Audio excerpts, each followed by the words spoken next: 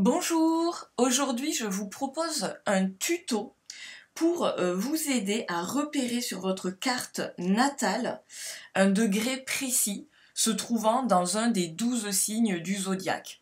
Par exemple, quand on vous dit la nouvelle lune en Gémeaux sera dans le degré 11 donc des Gémeaux, comment sur votre carte vous allez pouvoir trouver ce fameux degré 11 des Gémeaux? Alors, dans un premier temps, comment trouver votre carte natale? Donc, vous allez sur votre navigateur. Moi, j'ai choisi Astrothème. Donc, vous tapez Astrothème dans la barre de recherche.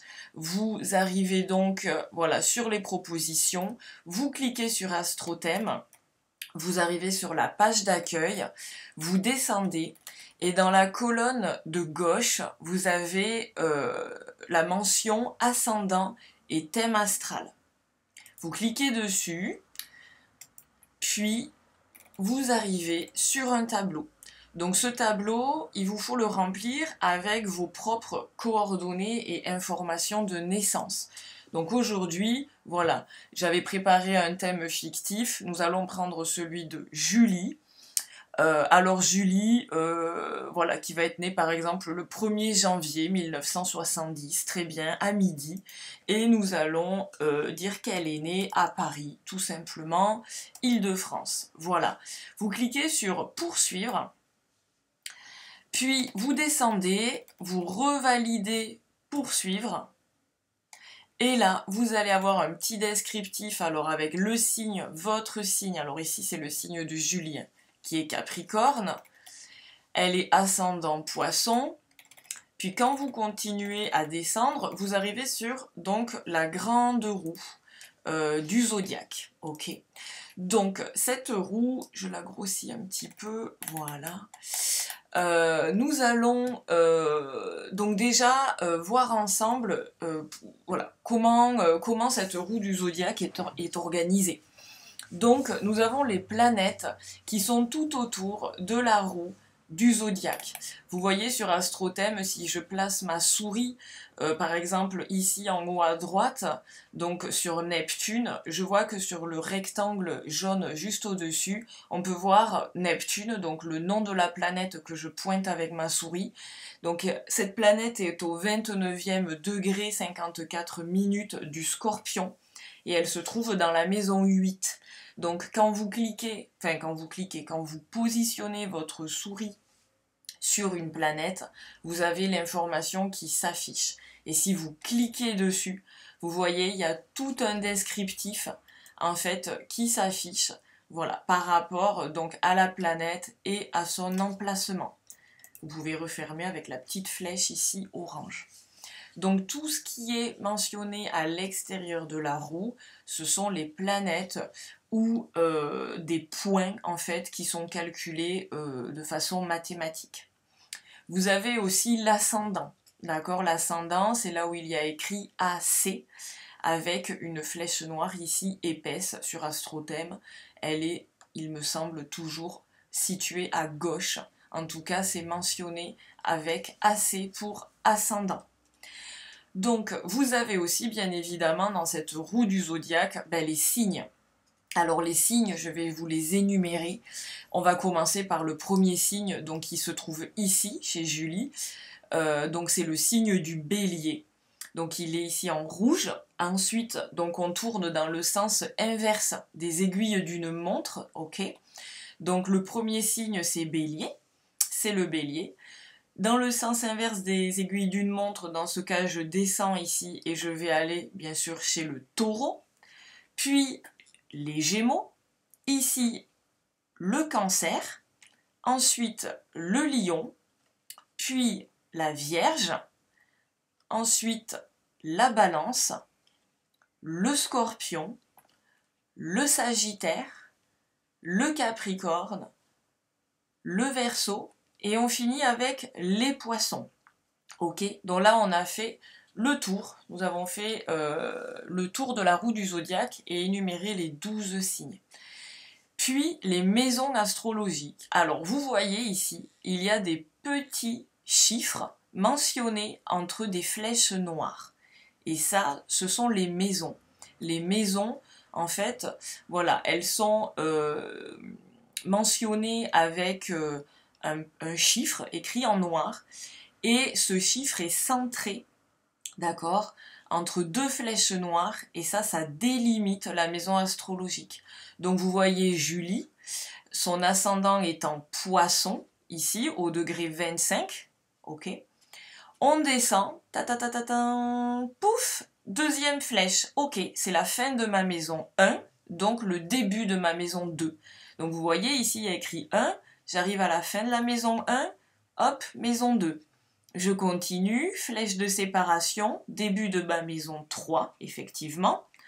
Hop, j'arrive ici, le fond du ciel avec une flèche épaisse, donc c'est le début de ma maison 4. Et on continue comme ceci. Vous voyez, à chaque fois, vous avez des séparations et des chiffres qui sont centrés. Ça représente les maisons. Alors, par exemple, Julie, nous allons prendre, par exemple, son soleil. Nous voyons que Julie a un soleil au degré 10. D'accord, c'est écrit ici. Du Capricorne, parce que le trait du soleil, vous voyez, tombe dans le signe du Capricorne. Et il se trouve entre ces deux flèches, donc la maison 10. Donc on peut dire que Julie a un soleil en Capricorne, en maison 10. Un deuxième exemple, par exemple Saturne. Saturne ici est rétrograde, il y a un petit R. Il se situe au degré 2, donc du Taureau, ici, parce que le trait tombe entre cette délimitation et celle-ci, donc le signe du Taureau, qui est partagé comme tous les signes en 3 décans, donc 3 x 10, 30, 30 degrés. Okay. On voit que Saturne tombe donc dans le signe du Taureau et le trait de Saturne ici tombe juste là entre ces deux flèches noires, c'est-à-dire dans la maison 1. Donc Saturne est en Taureau, maison 1. Voilà, c'est comme ceci qu'on va pouvoir en fait déterminer où tombe une planète et où se situe un degré précis du zodiaque. Donc par exemple, vous cherchez, là nous avons passé, c'était il y a 2 jours, la nouvelle lune en Gémeaux. Donc le signe des Gémeaux, je le cherche. Donc je sais qu'ici c'est le signe du Bélier, je descends, pof, le signe des Gémeaux, qui est ici, c'est le 3e signe du zodiaque. Donc la lunaison commençait en fait dans le degré 26. Donc je regarde où se situe le degré 26 pour déterminer en fait la maison dans le thème natal donc de Julie. Donc si je suis Julie, où tombe la nouvelle lune en Gémeaux, dans quel domaine de vie ça tombe et dans quel domaine va être impacté et dans quel domaine aussi je vais pouvoir potentiellement poser de nouvelles intentions. Donc, je trouve mon signe des Gémeaux, je sais que c'était au degré 26, donc comme je sais que on tourne dans le sens inverse des aiguilles d'une montre, le degré 1 des Gémeaux se trouve de ce côté, ok? Donc j'avance, je sais que là je suis à 10, avec la grande barre, vous voyez. Là je suis à 20, et dans le degré 26, il est juste ici. Et je vois que ça tombe juste à la fin de la maison 3. Donc je considère que ma lunaison tombe dans la maison 3 et le domaine de vie impacté pour cette lunaison et pour les 6 mois à venir sera le domaine de la maison 3. Voilà, donc j'espère que c'est clair, que mes explications vous aident à comprendre comment on se repère sur une carte. On va faire un exemple avec la prochaine pleine lune qui se trouve en Capricorne. Donc la pleine lune en Capricorne va se trouver sur le degré 11 du Capricorne. Donc tout simplement où se trouve mon signe du Capricorne, il est ici. Donc je cherche le degré 11, donc mon premier degré se situe de ce côté du signe, hein. Vous vous souvenez qu'on tourne dans le sens inverse des aiguilles d'une montre, donc ici j'ai le degré 1, j'avance jusqu'au degré 11, Et je vois que le degré 11 est ici, entre ces deux flèches, et donc il tombe dans la maison 10.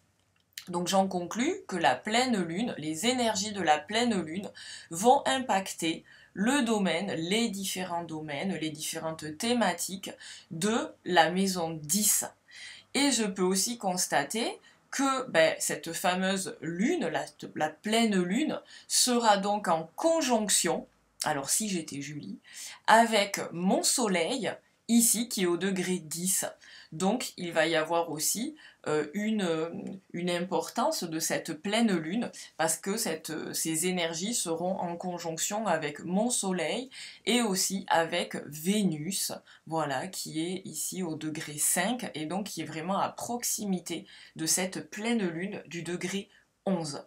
Donc ça peut être aussi intéressant si vous connaissez un petit peu les planètes et les aspects, d'accord, de voir comment aussi les planètes dialoguent entre elles quand vous recherchez par exemple une nouvelle lune, une pleine lune, l'impact que ça peut avoir personnellement sur vous. Au-delà de trouver la maison, donc le domaine de vie impacté, d'aller plus loin dans votre analyse et donc de voir les aspects que voilà, ce moment, cette période de nouvelle lune ou de pleine lune peut vous impacter de façon plus précise. D'ailleurs, à ce sujet, vous avez des vidéos qui vous aident où j'ai répertorié des mots-clés donc pour les signes astrologiques, pour les planètes et aussi pour les maisons.